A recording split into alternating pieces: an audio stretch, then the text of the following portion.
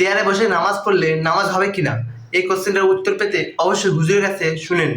একটি কমন প্রশ্ন, আজকাল অনেকে আমাদের এই প্রশ্নটি করতে দেখা যায়। দেখুন, যেই ব্যক্তি দাঁড়ানোর ক্ষমতা রাখে তাকে দাঁড়িয়ে সালাত আদায় করতে হবে।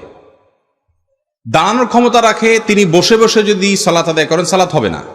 হ্যাঁ, দাঁড়াইতে পারেন কিন্তু রুকু করতে পারেন না, অর্থাৎ কোমর ভাঙতে পারেন না, অনেক ব্যথা হয়, অসহনীয় ব্যথা, অথবা তার স্থায়ী রোগ হওয়ার আশঙ্কা আছে, পড়ে যাওয়ার আশঙ্কা আছে, অথবা রুকুও করতে পারেন কিন্তু সিজদায় যেতে আসতে পারেন না, কষ্ট হয়, অনেক কষ্ট। তাহলে সেক্ষেত্রে সেই ব্যক্তি দাঁড়াতে পারলে দাঁড়াবেন, রুকুর সময় সে বসে চেয়ারে বসে ইশারায় রুকু করে সালাত আদায় করতে পারবেন। আর যদি রুকুও করতে পারেন স্বাভাবিকভাবে, তাহলে দাঁড়াইতেও হবে, রুকুও করতে হবে, সেজদা যাওয়ার সময় চেয়ারে বসে ইশারায় সেজদা করলে সালাত আদায় হবে। একচেটিয়া চেয়ারে বসে নামাজ হবে না, এই ফতোয়াও সঠিক না। আবার একটু কোমর ব্যথা হইলেই চেয়ারে বসে নামাজ শুরু করে দেওয়া, সেটাও সঠিক না। আজকাল মসজিদগুলোতে যে পরিমাণ চেয়ার পাওয়া যায়, মসজিদকে এখন বাইতুল কুরসি মনে হয়।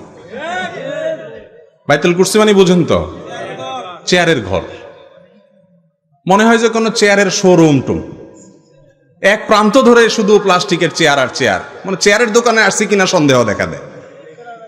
10 বছর 20 বছর আগেও তো এত কোমর ব্যথার রোগী দেশে ছিল না, কিন্তু এখন কোত্থেকে এত আসছে। সারা দুনিয়া দাবড়ায় বেড়ায়, লাফায় লাফায় হাঁটতে হাঁটতে মসজিদে আসছে, মসজিদে এসে ধপাস করে বসে চেয়ারে নামাজ পড়তেছে। একটু কোমর ব্যথা হয়েছে, বলো যে শরীরটা খারাপ, চেয়ারে বসে নামাজ পড়া শুরু করছে। এই ফ্যাশন করে সালাত আদায় করলে সেই সালাত হবে না।